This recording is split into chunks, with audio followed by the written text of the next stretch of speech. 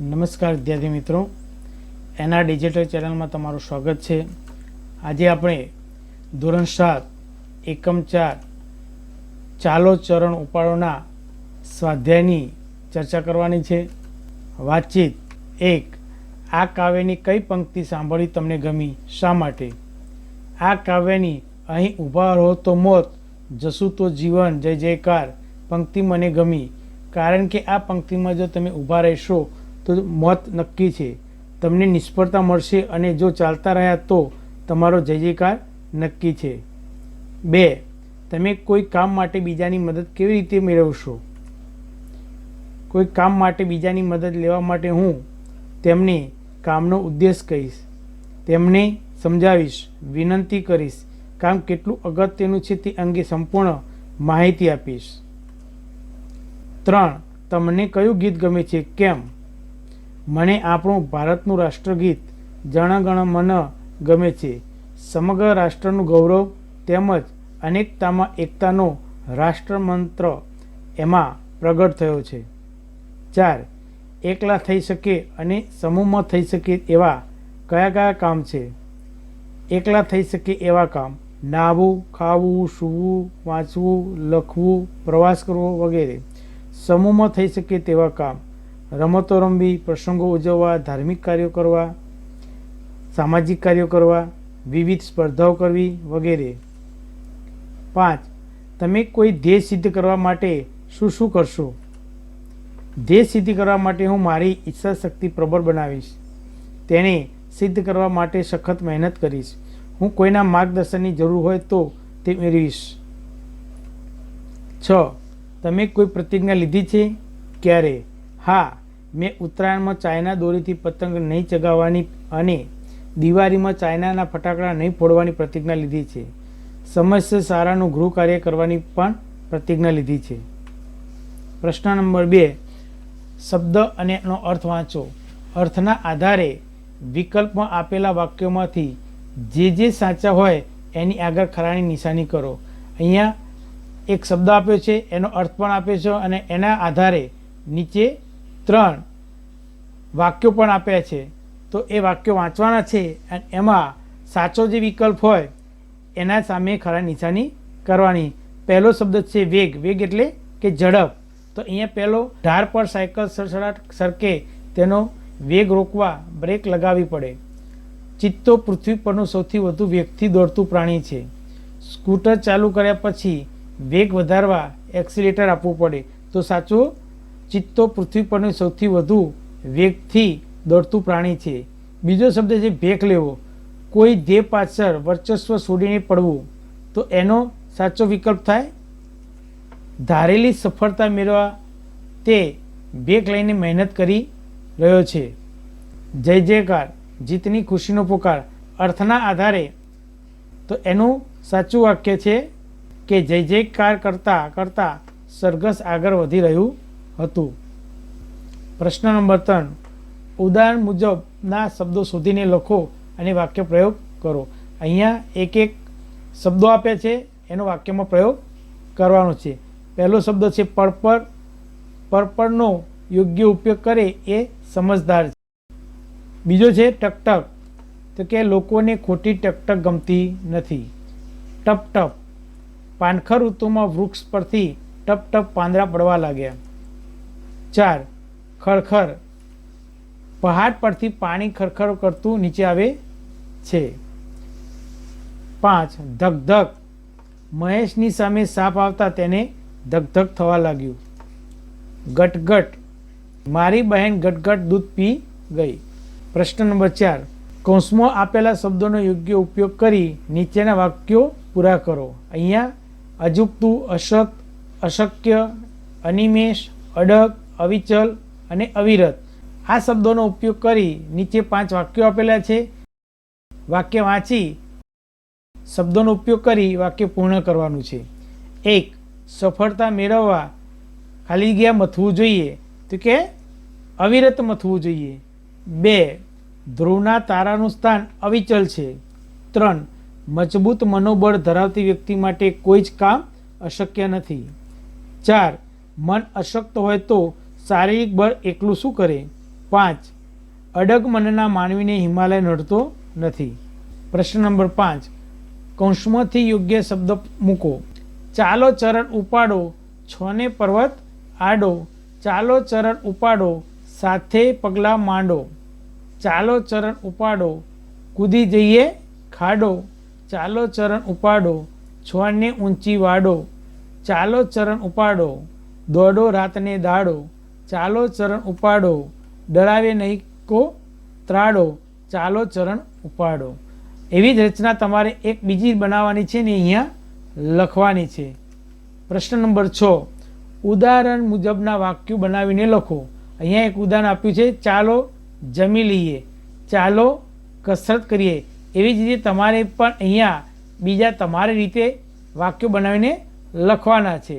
તો પહેલું છે ચાલો કદમ ઉપાડો, બીજું છે ચાલો રમત રમીએ, ત્રીજું છે ચાલો કુદરત જોવા, અને 4 ચાલો દોડવા જઈએ. વાક્યની શરૂઆત ચાલો, દોડો, કહો, બોલો, જુઓ, ઉઠો જેવા શબ્દોથી કરો. 1 શ્વાસ ભરીને દોડવા લાગ્યો. તો આ વાક્યની આગળ તમારે ચાલો, દોડો, કહો, બોલો, જુઓ, ઉઠો જેવા શબ્દો વાપરી અને વાક્ય ફરીથી લખવાનું છે. તો પહેલું છે ચાલો શ્વાસ ભરીને દોડવા લાગો, ઉઠો શ્વાસ ભરીને દોડવા લાગો. બીજું છે ધ્યાન આપીને વાંચવા લાગો. તો ચાલો ધ્યાન આપીને વાંચવા લાગો, જુઓ ધ્યાન આપીને વાંચવા લાગો. ત્રીજું સામેના મકાનમાં આગ લાગી. દોડો સામેના મકાનમાં આગ લાગી, જુઓ સામેના મકાનમાં આગ લાગી. 4 ડુંગર કેટલો દૂર છે? તો કે જુઓ ડુંગર કેટલો દૂર છે, કહો ડુંગર કેટલો દૂર છે. 5 કહોથી એક વાક્ય બનાવવાનું છે. કહો તમારે શું કરવાનું છે, બોલો તમારે શું કરવાનું છે. 6 બોલો શબ્દથી શરૂ કરી અને વાક્ય બનાવવાનું છે. તો કે બોલો ક્યારે ફરવા જવાના છો, કહો ક્યારે ફરવા જવાના છો. પ્રશ્ન નંબર 8 કાવ્ય વાંચો અને પ્રશ્નનો જવાબ આપો. તો અહીંયા એક કાવ્ય આપેલું છે, તો એ કાવ્ય તમારે શાંતિથી વાંચવાનું છે અને પછી નીચે આપેલા પ્રશ્નનો જવાબ લખવાનો છે. તો કે પગલે પગલે સાવધ રહીને પ્રેમળતા પ્રગટાવે જા, અંતરને અજવારી વીરા પંથ તારો કાપે જા. કાંટા આવે કંકર આવે ધોમ ધકતી રેતી આવે, ખાનાની ધારે ને ધારે ધૈર્ય ધારી ચાલ્યો જા.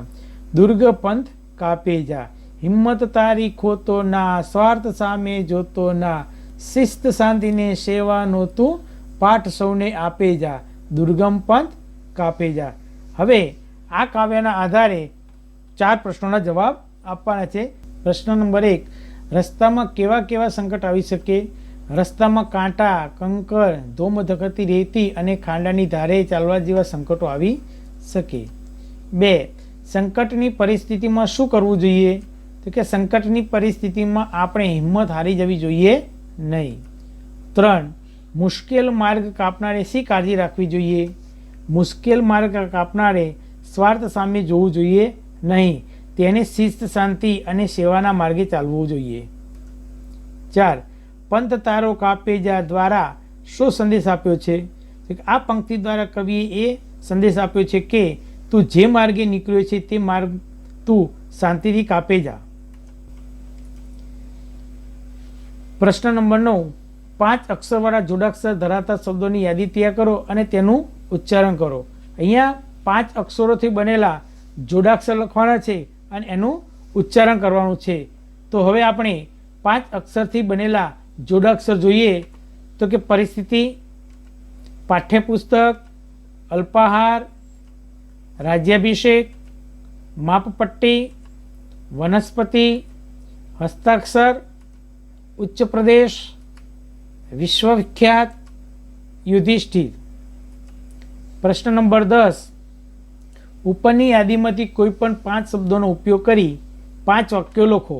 અહીંયા કુલ 10 શબ્દો આપેલા છે, એમાંથી કોઈ પણ 5 શબ્દોનો ઉપયોગ કરી અને વાક્ય બનાવવાનું છે.